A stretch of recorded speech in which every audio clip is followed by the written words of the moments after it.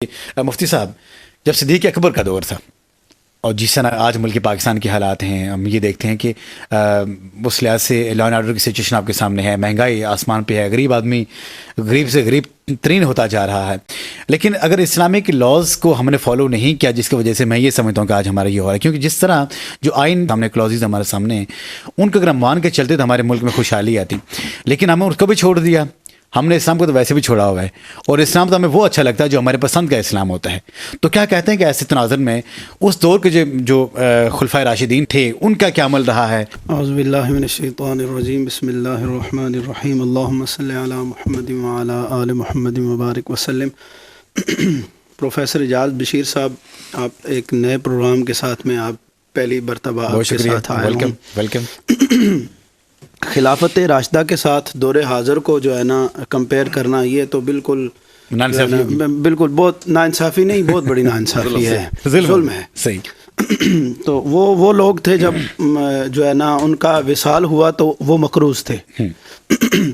تو میرے خیال میں اگر موجودہ حکمران اگر وصال پا جائیں تو ان کی 7 نسلیں کھاتی رہیں تو اور کوئی نہ کام کریں، صرف کھاتے رہیں تو ملک مقروض ہے لیکن حکمران مقروض نہیں. حکمران پورے ہیں اپنے جو ہے نا، انہوں نے اپنے اثاثے اتنے اکٹھے کر لیے ہیں.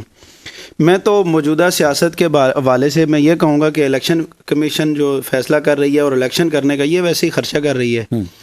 ناراض نہیں ہوئیے گا، وہ کل بیٹھیں گے قانونی والے سے بات کریں گے، لیکن اپنے بھی خفا مجھ سے ہیں، بیگانے بھی ناخوش کہ میں زہر ہلاہل کو کبھی کہہ نہ سکا کند، بات وہی کرتا ہوں سمجھتا ہوں جسے حق، میں ابلائے مسجد ہوں نئے تہذیب کا فرزند. بات یہ ہے کہ ہمارے جو ہے نا سروں پہ حاکم وہی ہونا ہے جو وائٹ ہاؤس سے فیصلہ ہونا ہے. میں تو مشورہ یہی دوں گا کہ الیکشن ویکشن چھوڑیں، آپ 2 بندے بھیجیں، کم خرچہ ہوگا، وائٹ ہاؤس سے لکھوا کے لے آئیں فلاں بندہ جو ہے نا حاکم ہوگا پاکستان کا اور وہ لوٹے گا یہاں 5 سال اس کو.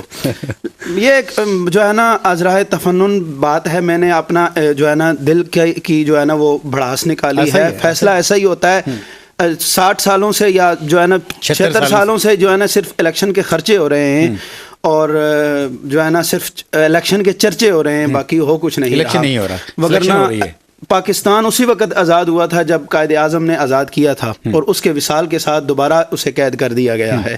وگرنہ جو ہے نا بنگلہ دیش جو ہم سے ٹوٹ کے بنا ہے وہ بھی ہم سے آگے جا رہا ہے.